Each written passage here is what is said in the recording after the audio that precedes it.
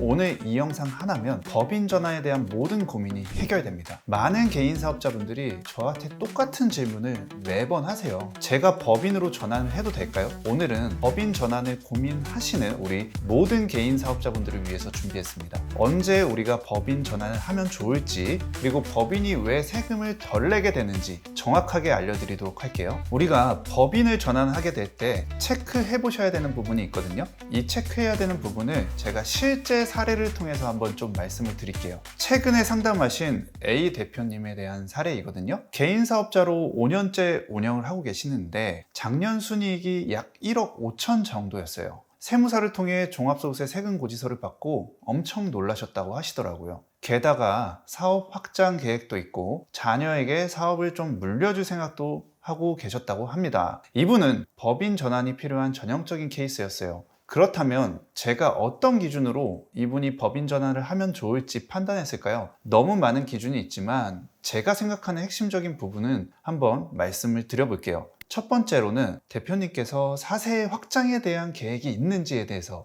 말씀을 드리고요. 둘째는 가족법인을 통해서 내가 절세 플랜을 하고 싶으신지에 대한 질문. 셋째, 세금 부담이 점점 커지고 계시지는 않은지. 넷째, 당신이 성실신고 대상자인지. 요 정도 네 가지 중에서 두 가지 정도만 해당이 되신다면 저는 법인 전환을 권해드리고 있어요. 추가적으로 법인 전환을 하게 될 때 중요한 사실을 한번 좀 말씀을 드리면 법인 전환에 있어서의 플랜을 짜는 것들이 가장 중요하다고 봅니다. 왜냐하면 우리가 법인으로 전환하기 위해서는 굉장히 많은 행정적인 절차들을 겪어야 되는데 이러한 행정 절차들을 정확하게 타임테이블 짜지 않고 진행을 하시다 보면 법인으로 막상 전환해보고 나니 사업을 진행할 수 없는 상황이 발생하는 거예요. 예를 들어서 한번 케이스를 말씀을 드리면 개인 사업자로 음식점을 운영하시다가 법인 사업자로 바꾸신 분이 있었어요. 근데 이 타임테이블을 정확하게 짜지 않으셔서 법인 사업자로 막상 전환하고 개인 사업자 폐업을 해버렸는데 법인 사업자에서 카드 단말기가 승인이 나지 않았던 케이스였습니다. 그래서 약 이틀 정도 카드 단말기 사용이 승인이 안 나면서 고객들에 대한 음식값을 제대로 받을 수 없는 상황이 발생했었어요. 그래서 되게 사소한 일이지만 이런 타임테이블을 정확하게 지키지 않는다면 대표님들께서는 굉장히 큰 후회를 하시는 경우들이 있었습니다. 결국은 우리가 대표님들께서 법인 전환을 하실 때는 저와 같은 세무사 또는 법무사님들 통해서 이런 타임테이블 정확하게 잡고 진행을 하시는 걸 꼭 추천드립니다. 자, 그러면은 우리가 법인이 세금을 덜 내는 이유에 대해서 한번 볼게요. 핵심으로 들어가서 실제 사례를 한번 보겠습니다. B 대표님이라는 분이 있었어요. 이분은 개인 사업자로서 연 순이익이 한 2억 원 정도에 달했고 C 대표님이 있는데 이분은 법인 사업자로 똑같이 당기 순이익이 약 2억 원 정도 됐습니다. 둘의 세금이 어느 정도 차이 날까요? B 대표님은 종합소득세로 약 7천만 원을 부담하게 되고요. C 대표님은 법인세로 약 1,800만 원의 법인세를 부담하게 됩니다. 무려 5천만 원 정도 이상의 금액이 차이가 나는 거죠. 왜 이런 차이가 생길까요? 바로 세율 구조가 다르기 때문입니다.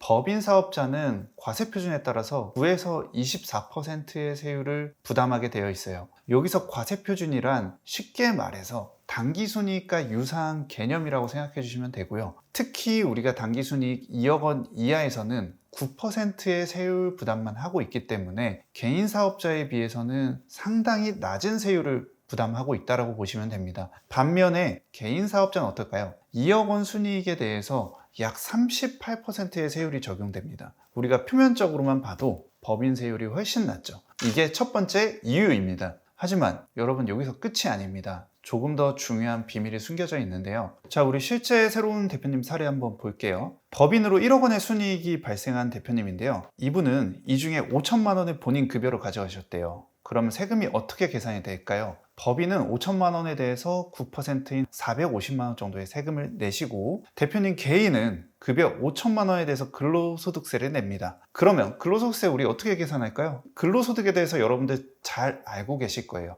근로소득은 우리가 받는 총급여에서 근로소득공제 같은 공제들을 빼준 다음에 세금을 계산하게 되는데 여러분들 쉽게 생각해서 연말정산 생각하시면 됩니다. 총급여에서 빼주는 근로소득공제라는 게 있거든요. 이게 뭐냐면 우리가 세금을 계산할 때 총급여의 일정 금액을 빼주는 겁니다. 총급여 금액에 따라서 총급여의 최대 70%에서 최소 2%까지 공제를 해주게 되는데 이러한 공제, 각종 공제들이 생각보다 되게 크다는 거예요. 그래서 우리가 법인 사업자로서 법인세를 부담하고 추가적으로 근로자로서의 급여에 대한 근로소득세를 계산했을 때는 생각보다 낮은 세율을 부담할 수 있다는 겁니다. 우리가 법인 사업자와 개인 사업자의 단순 세금 비교는 위험하다고 생각합니다. 결국에는 우리가 법인을 운영하게 되면 법인으로 부담하는 법인세와 급여를 가져가면서 발생하는 근로소득세를 부담하게 되는데, 법인 사업자와 개인 사업자의 세금 어느 쪽이 유리한지 비교하기 위해서는 결국은 법인세와 근로소득세를 합치고 여기에 따라서 사업소득세를 비교를 하셔야 되는 거예요. 결국 두 개의 부분을 세금으로 정확하게 비교를 한다면 근소하게나마 법인세와 근로소득세의 조합이 조금 더 절세가 되는 건 있습니다. 여기서 대부분의 대표님들은 법인의 불편함을 감수할 정도의 이익은 아니라고 생각하실 수도 있어요. 그러면 법인의 진짜 장점은 무엇일까요? 제가 생각하는 법인의 가장 큰 장점은 이겁니다. 단순 세금 비교를 떠나서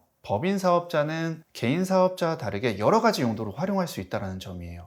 예를 들어 볼게요. 개인 사업자로 순이익 1억이 발생한다면 그 해에 35% 세율 내고 끝입니다. 한 번에 모든 세금 다 내야 되겠죠? 하지만 법인은 달라요. 1억 원에 대해서 9%의 세율은 내야 되는 건 맞아요. 세금은 내는 건 맞지만 나머지 잉여 소득에 대해서는 내가 뽑아갈 때마다, 내가 급여로 가져갈 때마다 세금을 내면 된다는 거죠. 결국은 내가 어떤 기간에 대해서 개인 사업자와는 달리 기간을 조절할 수 있다는 굉장히 큰 장점을 갖고 있어요. 제가 한 번에 1억 원을 급여로 가져가면 35%의 높은 세율을 갖지만 매년 1,000만 원씩 가져간다고 생각해 보세요. 그럼 6%의 굉장히 낮은 세금을 부담하면서 급여를 가져가게 되는 거거든요. 추가적으로 또 중요한 게 있습니다. 개인 사업자는 순이익을 무조건 사업소득으로만 세금을 내게 되어 있어요. 하지만 법인 사업자는 어떨까요? 순이익에 대해서 선택지가 많습니다. 법인의 잉여금에 대해서 근로소득으로 가져갈 수도 있고요. 그 다음 퇴직소득, 그 다음 배당소득으로도 가능해요. 내가 법인 상황에 맞춰서 가장 유리한 방법을 선택할 수가 있어요. 우리가 퇴직소득은 무엇일까요? 퇴직소득은 대표님께서 퇴직할 때 받아가는 세금인데요. 퇴직 시 받는 세금은 당연히 국가에서는 세율을 굉장히 낮게 설정해 줬습니다. 그래서 대표님들께서 나중에 실제로 퇴직을 하실 수도 있잖아요. 이런 경우에는 세율을 굉장히 낮은 세율로 출구 전략을 가져가실 수 있다. 배당소득은 뭘까요? 배당소득은 말 그대로 내가 법인에서 배당을 받는 개념인데요. 배당소득세는 2천만 원 이하에 대한 소득에 대해서는 14%로 분리과세를 하고 있어요. 그래서 타 소득과 합쳐지지 않고 별도로 14%의 세율로만 나의 소득화를 할 수 있기 때문에 또 다른 장점이 있겠죠. 그래서 결국은 제가 정말로 말씀드리고자 하는 법인의 장점은 어떤 잉여금에 대해서 기간을 넓게 가져가서 절세를 할 수도 있고요. 그 다음 개인 사업자와는 다르게 나의 잉여금을 여러 가지 소득으로 나의 소득화를 할 수 있다. 이제부터는 약간 법인 운영하시면서 좀 주의하셔야 될 부분을 좀 말씀을 드릴게요. 법인이란 독립된 법인 통장에 귀속되는 거예요. 내 돈이 아닙니다.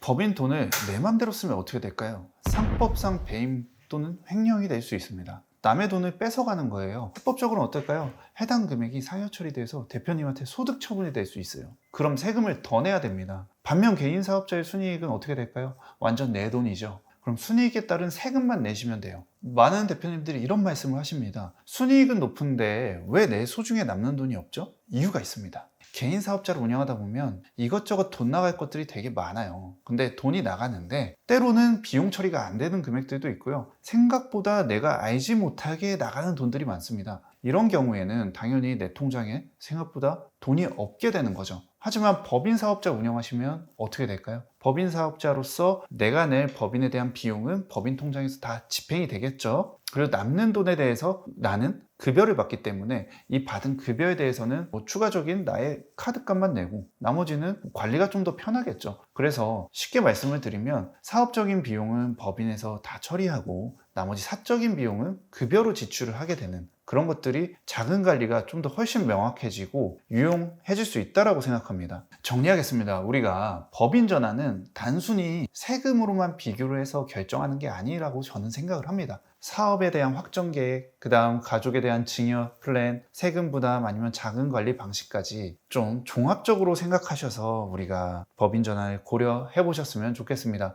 저는 이렇게 말씀드려요. 법인이 무조건 좋은 건 아니다. 하지만 제대로 활용만 한다면 정말 좋은 게 법인 사업자다. 여러분들의 현명한 선택을 응원합니다. 감사합니다.